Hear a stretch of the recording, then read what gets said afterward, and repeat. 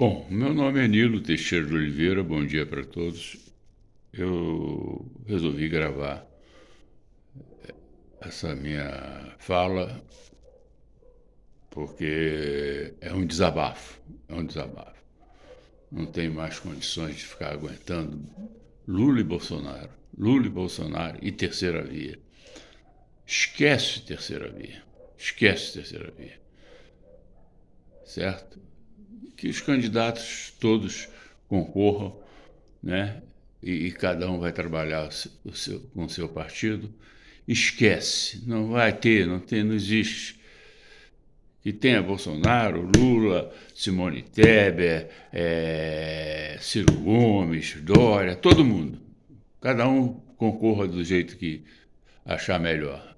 Esquece, esquece terceira via. Não se fala mais em terceira via, né? Bom, eu quero me identificar primeiro, para depois me credenciar para o meu desabafo, né? Eu vou fazer 80 anos agora, né? E vivo política e adoro política desde os meus 19 anos. Não tinha idade para votar em Jânio Quadros. Meu pai não votou em Jânio Quadros e disse que Jânio Quadros não duraria um ano no poder. Realmente durou só 7 meses, né? Mas eu vou me credenciar para vocês dar o crédito do que eu vou falar aqui nessa minha explanação.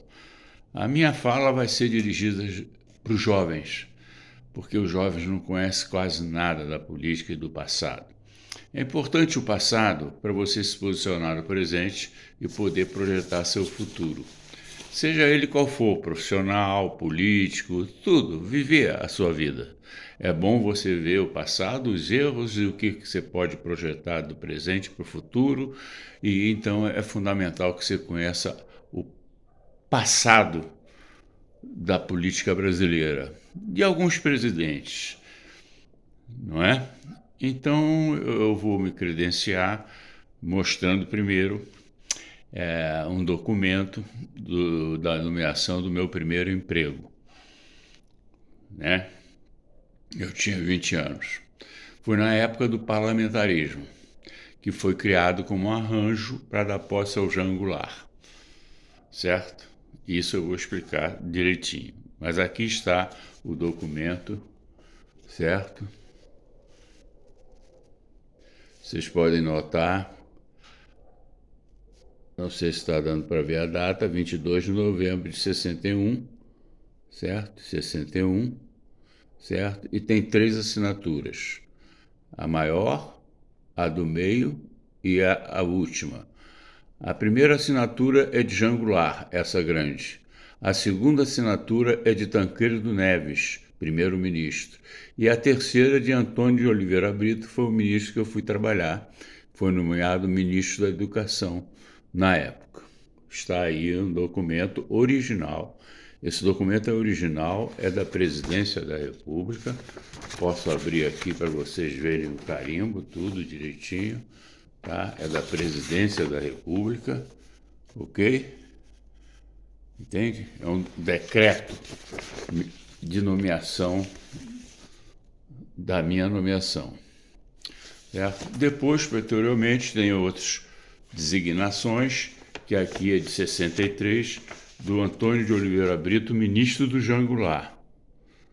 63, perfeito? É de 63 isso aqui. Antônio de Oliveira Brito, ministro de Jango Goulart, me nomeando, certo?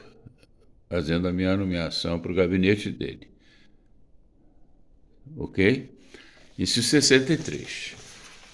Permaneci no governo do Castelo Branco, no ministério. Alguns militares foram lá indagar sobre a minha pessoa, eu era um jovem. E aí o chefe de gabinete disse que ele não se metia em política, é um jovem, só é namorador, né?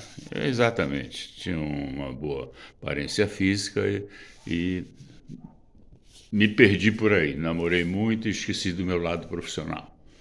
Aqui é o outro documento, esse já no governo Castelo Branco. A data lá de 65. 65. certo? É o governo Castelo Branco, Mauro Tibau, me designando para o gabinete dele. Ok? Tá feito? Bom, esse de 65, 64, 64, a Revolução. O primeiro-ministro de Minas e Energia. Porque eu saí da educação, Oliveira Brito foi para o Ministério de Minas e Energia e me levou para o gabinete dele. No Ministério da Educação, que foi o primeiro ministério a ser transferido para Brasília, certo? Eu trabalhei no departamento de pessoal, não trabalhei no gabinete do ministro. Quando o ministro Oliveira Brito foi para o Ministério de Minas e Energia, ele me levou então para o gabinete dele.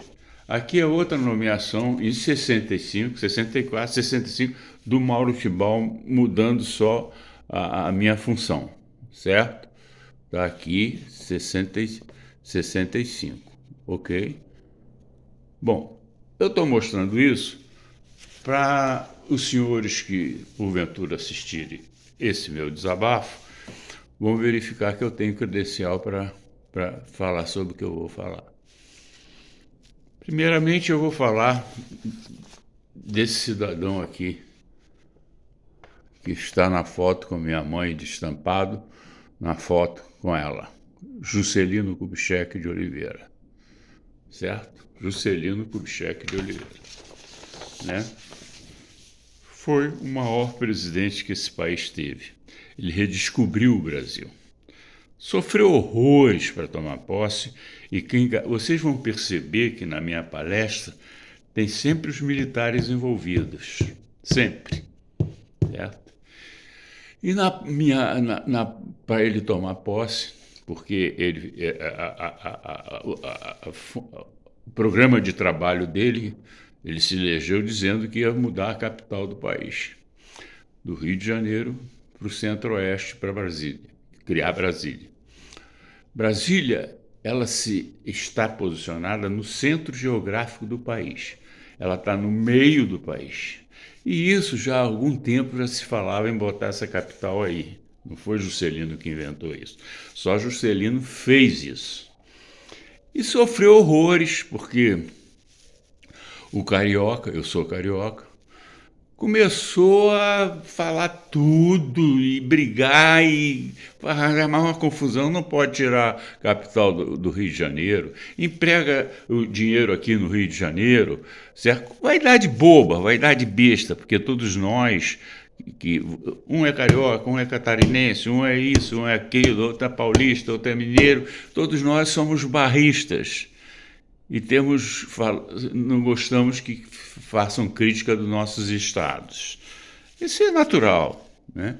Então, vai mudar a capital, eu não vou deixar de ser funcionário, que eu não vou para lá, meio do mato, só tem onça. E o carioca desandou em cima do Juscelino. Desandou. Por outro lado, os paulistas também. Qual era a queixa dos paulistas? Era o dinheiro, era o poder econômico. São Paulo era a locomotiva do país. Vai gastar muito dinheiro, vai jogar dinheiro fora, não vai ficar aquilo para a zona, não vai inaugurar nada, é no meio do coisa e vai dar inflação no país, e realmente foi para 30% a inflação. Certo? Então, eles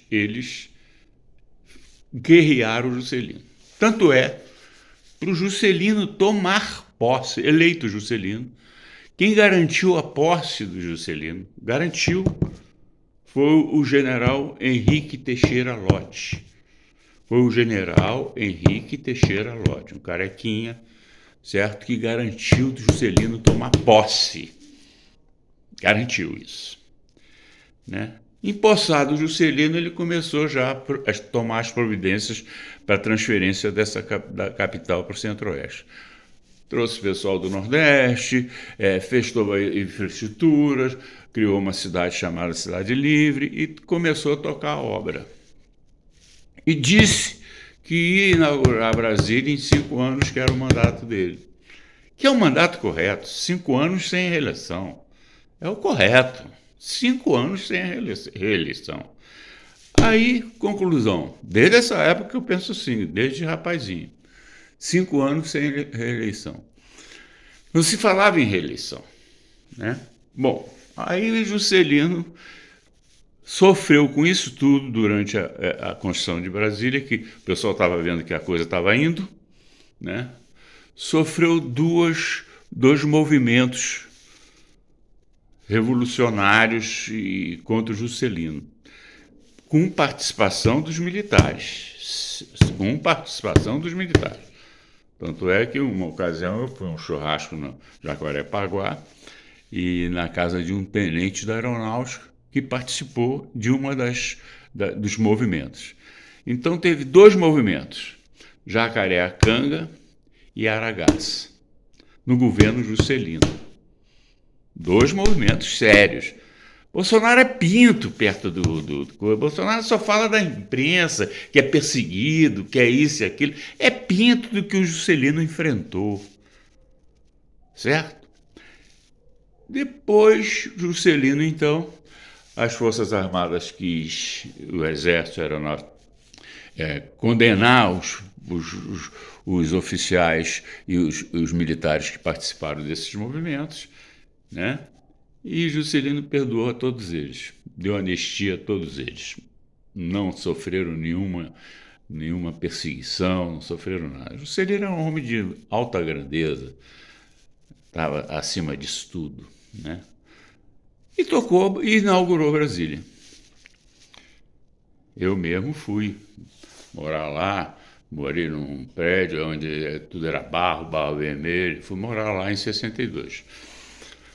O meu pai faleceu e o ministro que ele trabalhava, Oliveira Brito, me nomeou escriturário nível bem baixinho, só para começar, né? Não foi nenhum cargo alto, nada. Só para começar, escriturário nível 8, Ministério da Educação. Tá aí a portaria dele que eu mostrei a vocês. E fiquei trabalhando no Ministério da Educação, depois fui Minas e Energia, e aí veio a Revolução. Mas antes da Revolução teve um aspecto que me marcou muito, por isso que vocês vão entender por que eu não fui político. Com a idade dessa, né, em 65 eu tinha 20 anos, por aí, nessa faixa. O ministro Oliveira Brito, em 63, já ministro do João Goulart ainda, em 63, saiu do gabinete dele, eu estava na sala da secretária, Maria Helena e Maria Antônia, quando ele disse o seguinte: vai ter um tiroteio hoje no Senado Federal. Pô, eu jovem, escutando o ministro de Estado falar isso, eu então pedi a ele que fosse lá assistir. Ele falou, vai assistir, depois me avisa. Eu tinha credencial e sempre tive uma carteirinha. Olha a minha cara de garoto. Olha a minha cara de garoto. E sempre tive uma carteirinha que me dava acesso a qualquer lugar em Brasília. Eu era credenciado para isso. Então, não sei se vocês conhecem a configuração do Senado, a configuração do Senado Federal. Você tem o plenário e no mesmo nível do plenário você tem uma divisão à direita, que era de madeira, hoje é de blindex, que ficavam os assessores especiais, que era o meu caso. E o outro lado esquerdo ficava a imprensa. E em cima tinha a galeria, onde ficava o povo. E num plano mais elevado, a uns 20 metros de distância da última fileira do plenário, certo?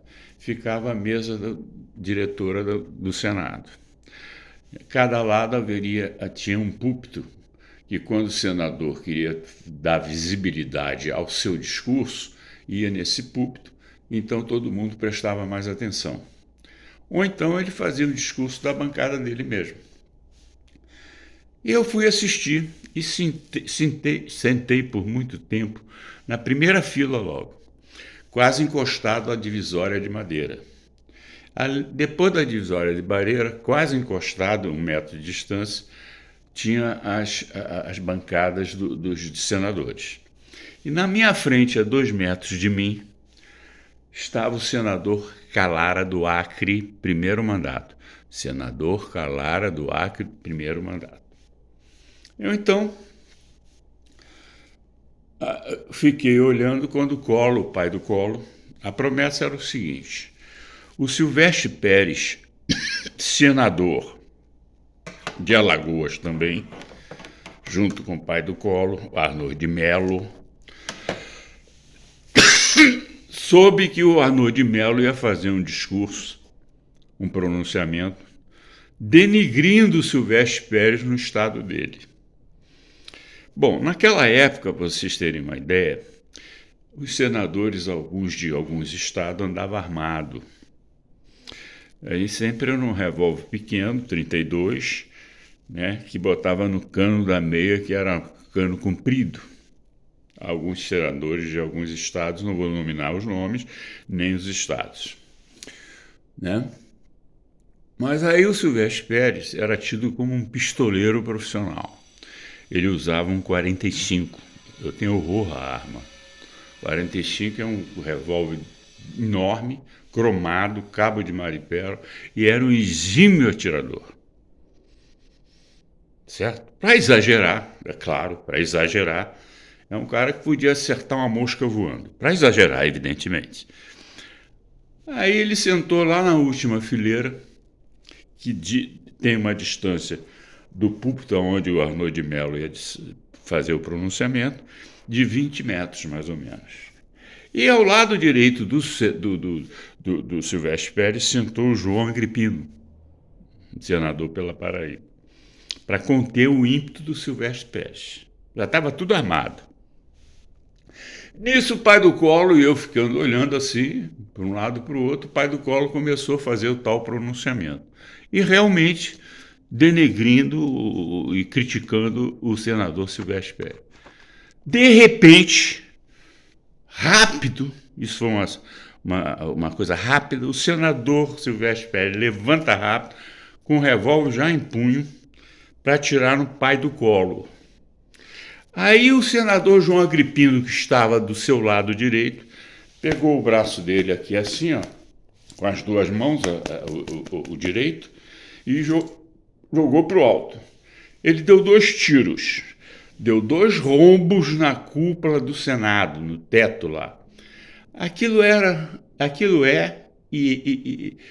de concreto armado, e era concreto armado na época, não tinha nada lá. Deu 2 rombos. Aí, para não ficar a marca dos tiros, porque só cimentar aqueles 2 buracos, ia ficar diferente. Botaram umas luminárias no teto todo, que tem até hoje, eu imagino que tenha. Aí eu deitei no chão. Escutei 2 tiros. Porque quando eu deitei no chão, é porque depois que o Silvestre Pérez puxou a arma e deu 2 tiros, o pai do Collor sacou um 32zinho dele. E o pai do Collor era um empresário, o pai do Collor não era atirador. E a distância era imensa. E ficou assim, ó. Certo? Aí eu deitei no chão. Deitei no chão, escutei 2 tiros. E quando eu levanto, um tiro deve ter passado entre eu e o senador, que estava numa parede, que tem uma parede escura até hoje lá, botaram umas cerâmicas escuras, aqui do lado esquerdo do plenário, né, arredondada. E o senador Calara, de bruço na bancada dele, o senador que estava a 2 metros de mim, de bruço na bancada dele, com um tiro no coração, morto. Uma das balas foi no coração do Calara. Primeiro mandato, senador do Acre. Para resumir, isso foi abafado em uma semana. Estou contando uma história verídica que milhões de pessoas não sabem.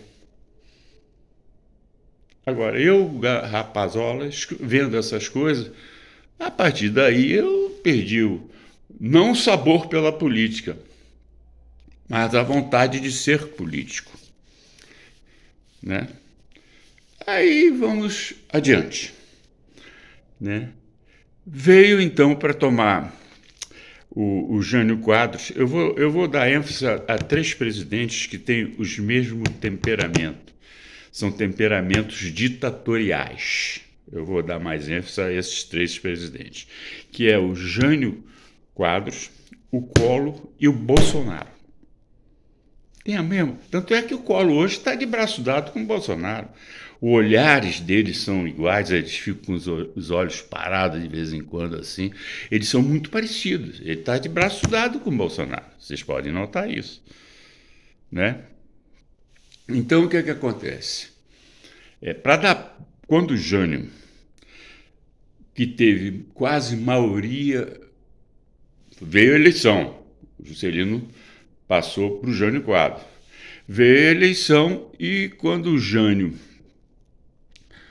teve uma votação expressiva, quase maioria de votos, quase a maioria de votos, se sentiu fortalecido. Ele já tinha em mente, ele tinha sido governador em São Paulo, certo? Então ele tinha sido governador em São Paulo. E foi então, aproveitou a baixa do Juscelino por causa de Brasília e se elegeu presidente da República. Tanto é que o slogan dele era uma vassourinha. Todo mundo, como hoje é mito, né? Tal de mito, que muita gente que chama ele de mito não sabe nem o que é mito, né? O tal do Bolsonaro. E naquela época era a vassourinha que o Jânio lançou, todo mundo andava na lapela com a vassourinha, porque ele dizia que ia varrer a corrupção. Eu estou aqui para varrer a corrupção. Posso lhe afirmar com categoria que dentre esses ministros todos, ministério, desde a época do Juscelino até hoje, foi o melhor ministério de pessoas mais competentes, foi o do Jânio Quadros. Todos, não foi assim um ou dois, todos eram competentes. E tinham muito menos ministérios, no máximo uns 10, não sei, poucos ministérios, né? Aí o Jânio Quadros começou a abrir diálogo com os países socialistas, Cuba e outros, a ponto de condecorar Guevara. Ele condecorou Guevara. Depois foi a Cuba, né? Foi a Cuba. E o que aconteceu? Quando ele chegou de Cuba, Fidel Castro deve ter massageado o ego dele.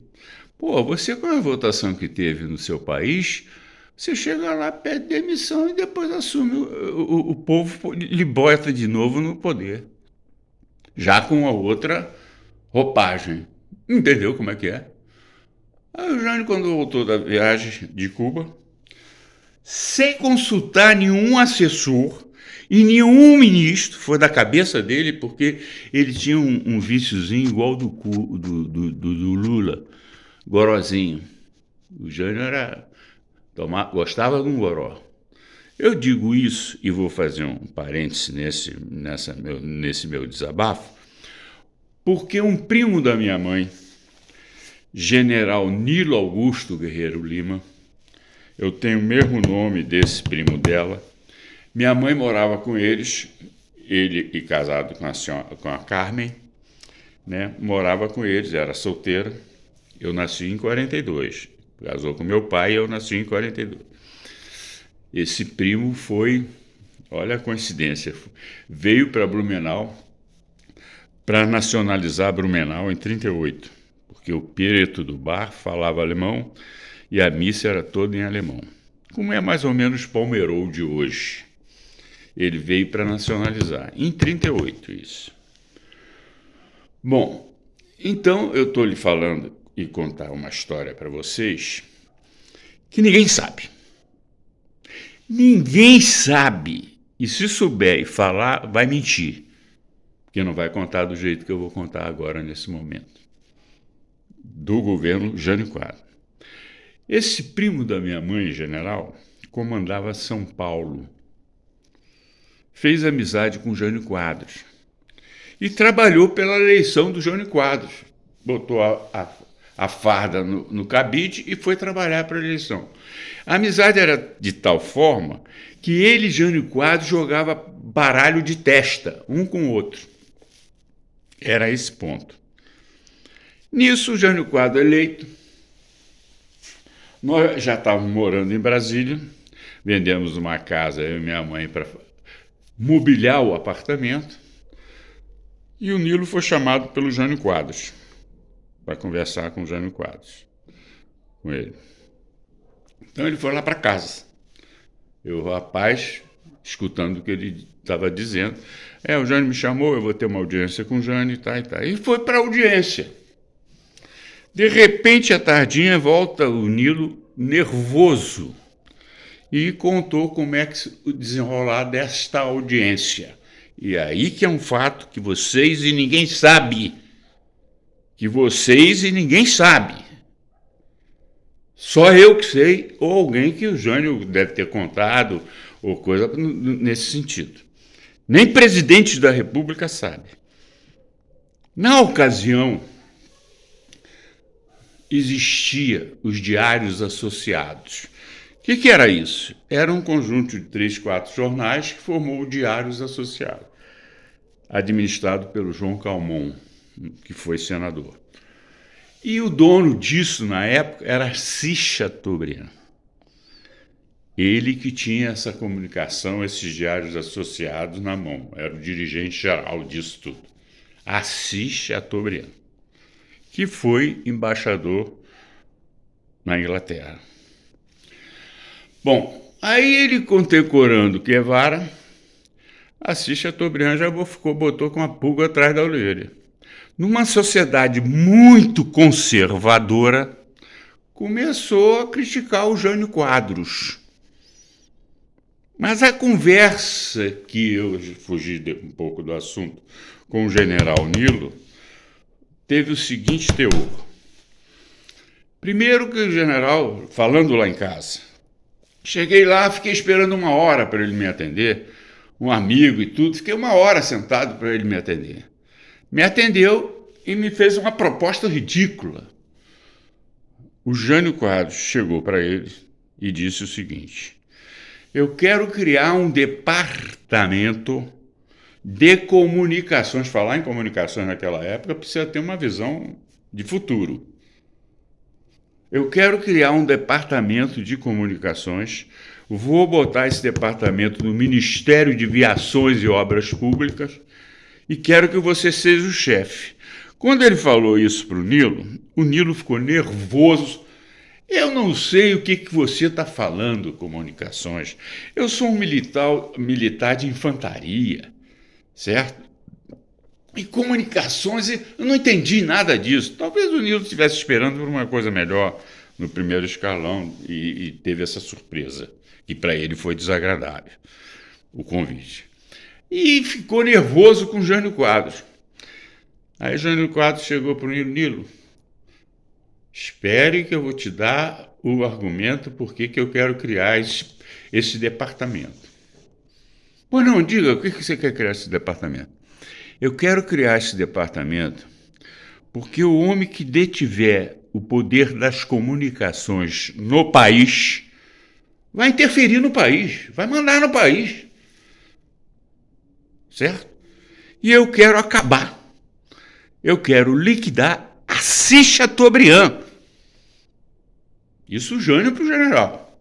Assis Chateaubriand, eu quero acabar com ele. Aí diz o Nilo, que deu um tapa na mesa: você está louco. Ele é um homem forte. Ele te detona ele te destitui em 1 semana, acaba com você. Não, saia dessa. Bom, aí o Nilo foi embora, tá, para São Paulo, teve problemas familiares, que não é o caso de eu contar aqui, né? E o Jânio não criou, e o Jânio foi impeachmentado, né? Porque quando ele chegou de Cuba, certo? Aí contei essa história a vocês. A Chateaubriand já estava guerreando e sociedade conservadora e deve ter percebido alguma coisa errada. Como o Bolsonaro hoje reclama da imprensa. Mas num ponto menor, porque o Bolsonaro é muito curto, é muito ridículo, fala muita bobagem, não tem capacidade, não tem cultura, não tem nada, né? É zerado. Se elegeu numa base de um computador, porra, mentindo. Porra, entendeu como é que é? Então não tem nada a ver, mas é como o Bolsonaro reclama da imprensa. E que a imprensa está fazendo tudo certo. Precisa existir a imprensa assim, senão nós estamos liquidados. Né? É o terceiro poder a imprensa. Eu acho. Tem que ter. Bom, aí o que acontece? Ele fez uma carta e mandou para o Congresso pedindo demissão do cargo. Jânio Quadros. Caiu no Congresso, aí o Congresso se reuniu. Era presidente da Câmara o senhor deputado Ranieri Mazzini, do PSDB de Mato Grosso. Era presidente, eu estou tudo na minha base da memória, eu posso ter uma falha qualquer de redação aqui. Eu não estou lendo e escrevendo nada, isso está na minha memória, aos 79 anos. Né? Chegou e pediu demissão, era presidente do Senado, Auro de Morandade, PTB, Rio de Janeiro. Botaram em votação no Congresso e foi aprovado em 13 minutos a renúncia de Jânio Quadros. 13 minutos aprovaram a renúncia, como fizeram com o Collor agora. Em 13 minutos aprovaram a renúncia do Collor. Quando eu digo agora, porque é o mais recente, né? O Collor. Depois veio a Dilma, que é o mais recente, é a Dilma. Bom, aí aprovaram coisa. Assumiu temporariamente o Ranieri Mazzini, porque naquela época o vice-presidente da República era eleito separadamente do presidente. Não é como é hoje uma chapa única, elege o presidente e o vice junto. Não, o Jânio Quadros se elegeu com uma votação e o Jango Goulart com outra, que era o vice. Mas só que o Jango Goulart era apoiado pelos sindicatos, que a sociedade conservadora tinha horror aos sindicatos, como tem até hoje a crítica. E fazendo um parênteses aqui, o Lula está no passado, porque ele quer recriar todo esse sindicato. Deixa isso para lá, Lula, joga isso fora. Você já tem um problemaço do roubo do PT, certo? Eu acho que você devia ter saído do PT e ido para o PSOL. Tinha todas as justificativas para fazer isso, deu um furo. Você já teve o seu momento, 2 mandatos, já era. Você está no passado, Lula. Você está no passado. Criar sindicato, fazer uma nova reforma trabalhista, porque a reforma mais importante é a política, que ninguém fez, como devia ser feito, por interesses políticos. Bom, aí o Ranieri assume, e nisso, para dar posse ao Jango, que aí criou o parlamentarismo, que eu mostrei o documento, das 3 assinaturas, para me nomear, tinha que ter 3 assinaturas, que era de Jango Goulart, o primeiro-ministro Tancredo Neves e o ministro que eu trabalhei. Mostrei esse documento no início. Bom, esse parlamentarismo foi criado por um rancho, para dar posse ao Jango. E botaram o Tancredo para ficar no pé do Jango. E para liquidar com o Jango, e o que liquidou com o Jango. Liquidou com o Jango. Que aí veio uma revolta. Por quê? Porque o Jango, apoiado pelos sindicatos, ele tinha uma reforma agrária fantástica. Mas uma sociedade conservadora, e já com os antecedentes do Jânio Quadros, aí criaram o parlamentarismo para o primeiro-ministro ficar no pé dele. E não fez reforma agrária nenhuma. Bom, o resto da história vocês sabem. Eu saí às vezes 2 horas da manhã lá do Palácio Alvorada, os sindicatos entravam, os presidentes dos sindicatos entravam pela garagem, chamavam o presidente de você, virou bagunça. Teve a revolta dos sargentos. O Jango, como dizem, não fugiu para o Rio Grande do Sul. Ele foi para o Rio Grande do Sul, tem fazenda em São Borges, para ver se esfriava um pouco a tensão. Tanto é, e vou contar um outro aspecto, os comandantes militares das 1ª, 2ª e 3ª região, os comandantes generais militares, não sei se o ministro Jango general, não sei se foi o Kruer, quem foi, não me lembro, a minha memória falha nesse sentido, era ministro do Jango, da Guerra, na época era Ministério da Guerra. Eles se reuniram e concluíram o seguinte: vamos apoiar o presidente da República, com uma condição. Aí ligaram para o presidente Jango. Presidente Jango, nós estamos aqui, não sei quem ligou, não sei se foi um ministro ou um comandante do Exército, que ficou designado de fazer essa ligação. Nós nos reunimos e concluímos que vamos dar o apoio à Vossa Excelência para permanecer no governo, com uma condição. Que o senhor largue os pelegos. Pelegos eram os presidentes dos sindicatos, que elegeram o Jango lá. Sabe o que o Jango respondeu? Inocentemente, porque se fosse um Cunha, um presidente aí da Câmara, né, um desses políticos atuais, certo? Dizia na cara: não, larguei e largo agora. Não vou mais ter contato com os sindicatos. Sabe o que o Jango respondeu? Ô, general, foram eles que me nomearam. Foi eles que me botaram aqui. Por gratidão, eu não vou poder aceitar isso que os senhores querem. Aí pronto. Minas Gerais, governadores, do governador lá era Juraci Magalhães Pinto, aí o general Mourão, que eu achei até que fosse parente desse general atual, Mourão, que comandava Minas, né, mexeu com as tropas para o Rio de Janeiro, marchou para o Rio.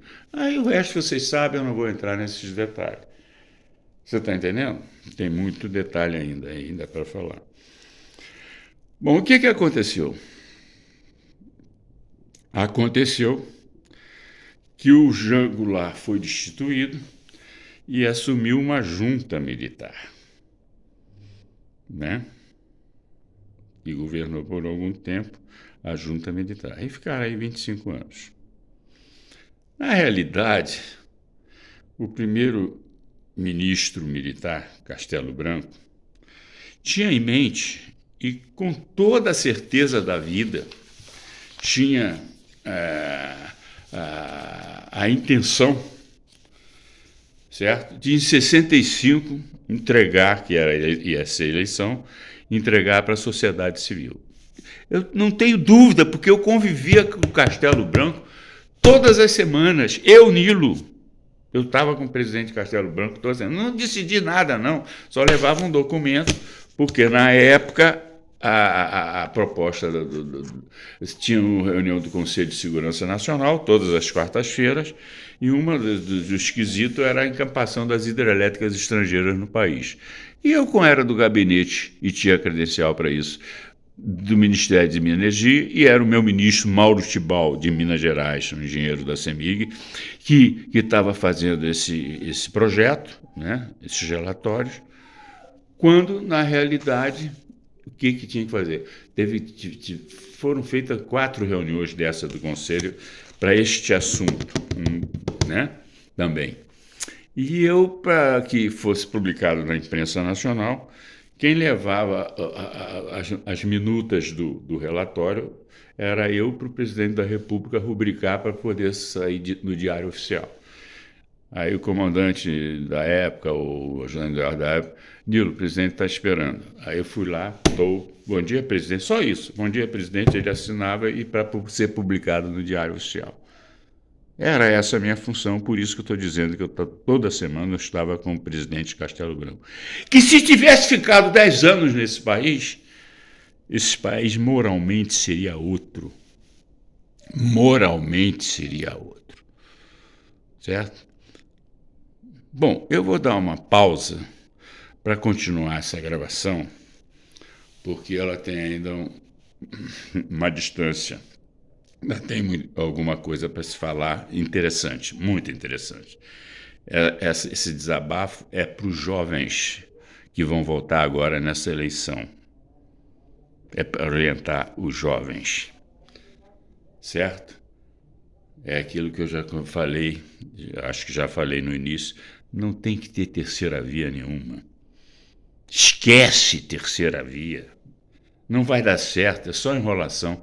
Cada partido que ponha o seu candidato, cada partido, né? PMDB, tá? Essas coisas. Eu vou contar uma historinha depois, vou dar uma pausa agora, dos outros governos, que eu não falei nada.